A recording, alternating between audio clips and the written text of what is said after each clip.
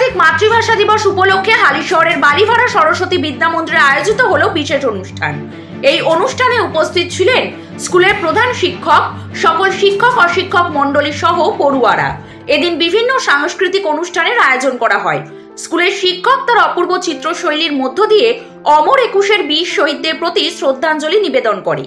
এদিন স্কুলের ভারপ্রাপ্ত প্রধান শিক্ষক মহাশয় তার ক্ষুদ্র বক্তব্যের মধ্য দিয়ে ভাষা দিবসের ঐতিহ্যকে তুলে ধরেন পড়ুয়াদের কাছে। দেখুন আমাদের এই বিশেষ প্রতিবেদন।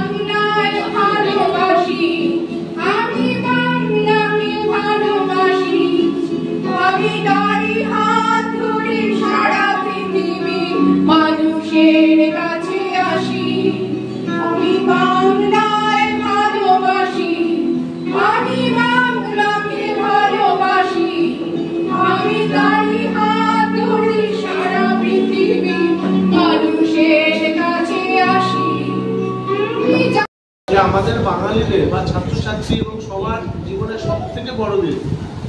কেননা দেখো, পৃথিবীতে আমরা অনেক যুদ্ধ দেখি, অনেক দাঙ্গা দেখি, সেগুলো কিসের জন্য হয়? সেগুলো দেখবে সব কোনো স্বার্থের জন্য হয়। কিন্তু পৃথিবীতে এমন কোনো জায়গা দেখেছো যে ভাষাকে রক্ষা করার জন্য তারা জীবন দিয়েছিলেন? সেটা কিন্তু অন্য কোনো জাতির, অন্য কোনো ভাষার নেই। একমাত্র আমাদের বাংলা ভাষা রক্ষা করার জন্য আমাদের বাংলা মায়ের কতগুলো দামাল ছেলে, রফিক, জব্বর, বরকত, সালাম, তারা ঢাকার রাজপথ রক্ত রঞ্জিত করেছিল শুধুমাত্র এই ভাষাকে রক্ষা করার জন্য। সেই দিনকে আমরা উদযাপন করছি আমাদের বালিভাড়া সরস্বতী বিদ্যা মন্দিরে। তোমরা ভেবে দেখো তো, ভাষা কি জিনিস। যদি তোমরা এখনই কোনো বিদেশে যাও যেখানে অন্য ভাষায় কথা বলা হয়, তাহলে তখন বুঝবে যে আমার মাতৃভাষার গুরুত্বটা কতটা। দাদা, মূলত আজকে আপনাদের কি কর্মসূচি রয়েছে? আজকে তো আন্তর্জাতিক মাতৃভাষা দিবস, সারা বিশ্বে এই দিনটি পালিত হচ্ছে।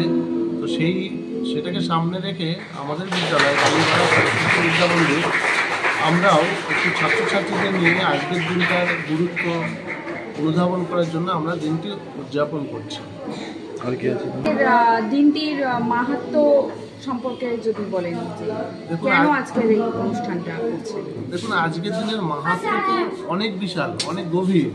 কেননা আজকে তো হচ্ছে সারা ভারতের বাংলা ভাষার জন্য পৃথিবীতে এমন কোনো জাতি নেই যেখানে বাংলা ভাষাকে রক্ষা করার জন্য লড়াই করেছে। সেটা একমাত্র বাংলা ভাষা বাংলাদেশে হয়েছিল, পূর্ব পাকিস্তানে। তো সেই দিনটি পরবর্তীতে ইউনেস্কো আন্তর্জাতিক মাতৃভাষা হিসেবে স্বীকৃতি দিয়েছে। আজকের দিনে সমস্ত দেশেই তাদের মাতৃভাষা হিসেবে পালন করা হয়। তো সেই হিসেবে তো অবশ্যই গর্বের দিন আছে। কিন্তু বিভিন্ন জায়গায় দেখা যায় আপনার বাংলা ভাষা নিয়ে একটা রাজনীতি করা হয়, সেটাই কিভাবে দেখছেন বা সেই প্রসঙ্গে কি বলবে? সেটা কিছু মানুষ আছে যারা এইগুলো করতেই ভালোবাসে, কিন্তু আমাদের তো কাজ সেটা না। আমরা স্কুলের শিক্ষককে বলা হয় জাতির মেরুদণ্ড। তো আমাদের কাজ ছাত্রছাত্রীদের সঠিক শিক্ষাটা দেয়া। এই জন্য আমরা সেই ধারাটাই বহন করে চলেছি। একজন শিক্ষক হিসাবে কি বলবেন তাদের উদ্দেশ্যে যারা বাংলাকে নিয়ে রাজনীতি করছে? তাদের বলবো, তাদের এগুলো না করাই ভালো, এগুলো থেকে বিরত থাকাই ভালো। সঠিক যেটা সেটাকে নিয়েই যদি তারা এগোন, সঠিক রাজনীতি করেন, তাহলেই মনে হয় দেশের পক্ষে যেটা ভালো। হালিশহর থেকে শুভম কুমার রায় ও সম্প্রীতি বসুর রিপোর্ট, 24 ঘন্টা লাইভ।